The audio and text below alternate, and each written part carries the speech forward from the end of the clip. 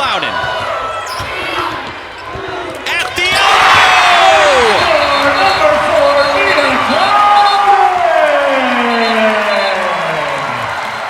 Mike, she just doesn't get rushed. You know, she knows she's got to play with the ball in her hand. She gives it up. She gets it back. The shot clock is winding down, but she doesn't rush. She doesn't speed up. She explodes, and she has a change of speed and a change of pace, but everything is under control. Everything is poised. She's made for these moments right here, and you know, that shot was off in plenty of time, and that's just, she makes tough plays look really easy. She is a senior who has started every game her whole career in East Lansing. 2 games ago, set the Spartan record with 50 points against Florida Gulf Coast. Leads the country in made free throws, leads her team in scoring and minutes. She has been everything for Michigan State. And Steph, it is worth repeating the unique situation the Spartans are in. They do not have Dee Dee Hageman. They do not have Laurel Jackman. The 2 of them are down for COVID. Maura Joyner, a junior, who's one of the starters on this team, is not playing because of concussion. They lost Eliza Winston a couple weeks ago to the transfer portal, and they started the season without Tori Osmond and Julie Ayrault. That is 6 perimeter players they do not have in this game, and they are 24 seconds away from giving Nebraska their first loss of the year. Mike, they've got 2 guards on the floor, Nia Clouden and Matilda Egg, and the rest post players. But this shows a growth and a toughness of this team, right? This shows the execution of the game plan. Didn't have a lot of time to prepare with this kind of lineup. Sometimes simplifying is really good for teams, right? You don't have as many things as in your game plan. Simplifying, you know, right now the officials are trying to get the clock right. They want to make sure there's enough time or accurate time on the clock when the ball goes through the net. But sometimes the simplification of game plan makes it a little easier for players. And for Nebraska, you're coming on the road in the Big Ten to a depleted roster in Michigan State.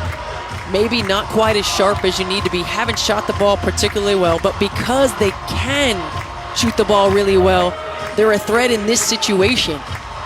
A quick 3, a quick score, a foul, making sure that you're fouling the right person, you know, is key. Here's perspective. Jayla James has played 34 minutes all year coming into today. She's played 20 minutes today. That's how depleted this roster is. They've needed that effort from her. And now Nebraska has 25.9 seconds to score 5 more points than Michigan State can. Are you trying to go to Hybe? At this point, you just have to get a quick score and a foul. No, I think you just get a quick score and a foul. You know, you attack the rim, you put some pressure on the defense, get a quick score, and then foul. But you want to try to face guard Nia Clouden. If you get a score, you don't want Nia Clouden to get the ball. She's a 91% free throw shooter. Make someone else get it. Their leading scorer is Hybe. She's got 19. Their second leading scorer is Alexis Markowski. She's got 11. She's not on the floor right now. Ani Stewart is the thing about Nebraska. Yep, and the thing about Nebraska is that anybody can score it, right? So Jazz Shelley can score it, Hybe can score it, anybody on the floor can. Right, the key is that you got to score quickly. They've got 7 different players who've led the team in scoring this year, so they certainly do have balance. They're not afraid of any of them to shoot it, and that includes Ashley Scoggin, who gets the ball as the buzzer sounds oddly. Scoggin drills the 3! Just what Nebraska needed!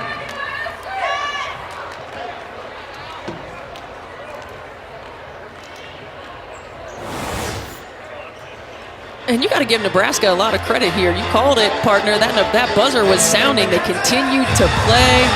Really good job, but just the one dribble, side dribble by Scoggin, knocking down this 3-point shot. Michigan State calling the timeout, advancing the basketball. You know, if you're Nebraska right now, and as you can see, continuing to make sure the clock is right, want to make sure the right amount of time is on the clock for this possession. But if you're Nebraska, you got to you really have to try to defend Nia Clouden in a way that you're face guarding her, put 2 people on her, don't let her get the ball. Let the ball come into anyone else and foul them. So do they double team Clouden on this inbounds? I think you can. I think you can double team her with the inbounder. take somebody off of the inbounder, make them throw it into really, like I said, anyone else, and challenge someone else to make a free throw in a pressure situation. Right, because if you're Michigan State, the most important thing is to get the ball inbounds. Literally anyone but Clouden is better for Nebraska because Clouden's a 91% free throw shooter who's already made 15 from the stripe today. And look, Michigan State overall is a very good free throw shooting team, 78% on the season, second in the Big Ten. But you have players out there who aren't used to being in this position. Nia Clouden carries that load at 91%. You have players who haven't been in this position before. You can get the ball to anyone else if you're Nebraska. And if you're Michigan State, you got a timeout if you need it. But the most important thing is to get the ball inbounds. Who do you think Susie wants inbounding it then? Because that's a very important spot too. Well, right now I'd want my only other guard on the floor in Matilda Eck inbounding the basketball. I mean, if you have a great post passer that you trust in this situation, I'm just not sure with the lineup that Susie Merchant has and the options that she has right now that you have that in a pressure situation. In any other situation, maybe, but in this situation, who is that? It's likely Matilda Eck. I laugh at that simply because, this is exactly where Michigan State, in theory, could be hurt by losing perimeter players, is they don't have that many options of people who have practiced inbounding the ball. Susie even told us, she's been trying in the last couple days to turn post players into perimeter players. And here we go, with 20 seconds left, Parks will inbound it. And Dublin with the inbounder, Nia Clouden, stay on her, now foul. They foul Matilda Eck, who is an 80% free throw shooter on the year, but has not shot from the stripe today. Spartans in the bonus at the line, number 11, Matilda Eck, shooting 2. Checking in for Nebraska, number 40, Markowski. Markowski back in. She's been a nice burst of offense with 11 points for Nebraska. When you want to make sure you have your best rebounders in, so you're going to have Markowski come in, you're going to have Cravens down there.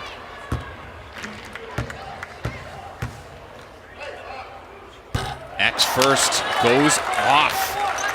So now it could be a one-possession game, whether she makes or misses this one for the Huskers.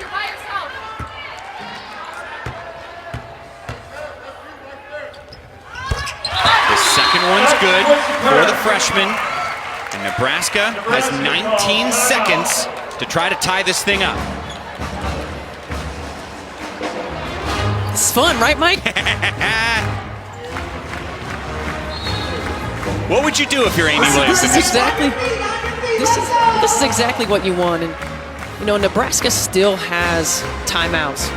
So you don't have to go for the three right now. You can go for the quick two. It's got to be quick. The quick two and the foul, or the quick two, and Michigan State would likely call a timeout again, and you're getting into the chess match of advancing the basketball. But you don't have to fall into the trap of, if we don't have a quick, easy three that we want, of settling for a three. There's just too much time. Well, and something to keep in mind. Women's basketball with the ability to advance it. Yeah, well, I was going to say their threes just aren't falling today. They're shooting 23% from deep. It's a pretty good three-point shooting team. It's just not today. It hasn't been today. But you don't take that chance if you're Michigan State, right? And if you're Nebraska, you still believe, shooters believe every time they shoot the ball, it's going in. Scoggin got loose. She's hit 4 threes here today. Shelley's hit 2. They have struggled from the floor. You don't have to settle for that. You can get a quick score. But a three-point shot is part of what Nebraska does. Again, you mentioned the advancing rule in women's basketball. So they get, 3/4 of the court. They don't have to bring it up for free because they had a timeout. 19 seconds left. Jazz Shelley inbounds. Hybe with Eck on her. This is just taking too long. You don't have to have a three. Go to the rim, score. Oh, Shelley just forks it up there. And a rebound to Ani Stewart. 4 seconds left. Shelley again. Rebound to guess who? Nia Clouden! And the Spartans give Nebraska their first loss of the year when half of their roster wasn't even available. This is just a tremendous effort by Michigan State. We talked to Susie Merchant today. She seemed exasperated, at the task and dealing with what they have. But you see the guts and the toughness and the grittiness of this Michigan State ball club to be able to come out with this victory today. 72-69. That was not the best possession of what Amy Williams would have wanted from her team. No, it really wasn't. They did get a second good look, but didn't have to settle for that. But got 2 good looks, and Jazz Shelley just not able to convert. What a win for the Spartans. More from East Lansing right after this.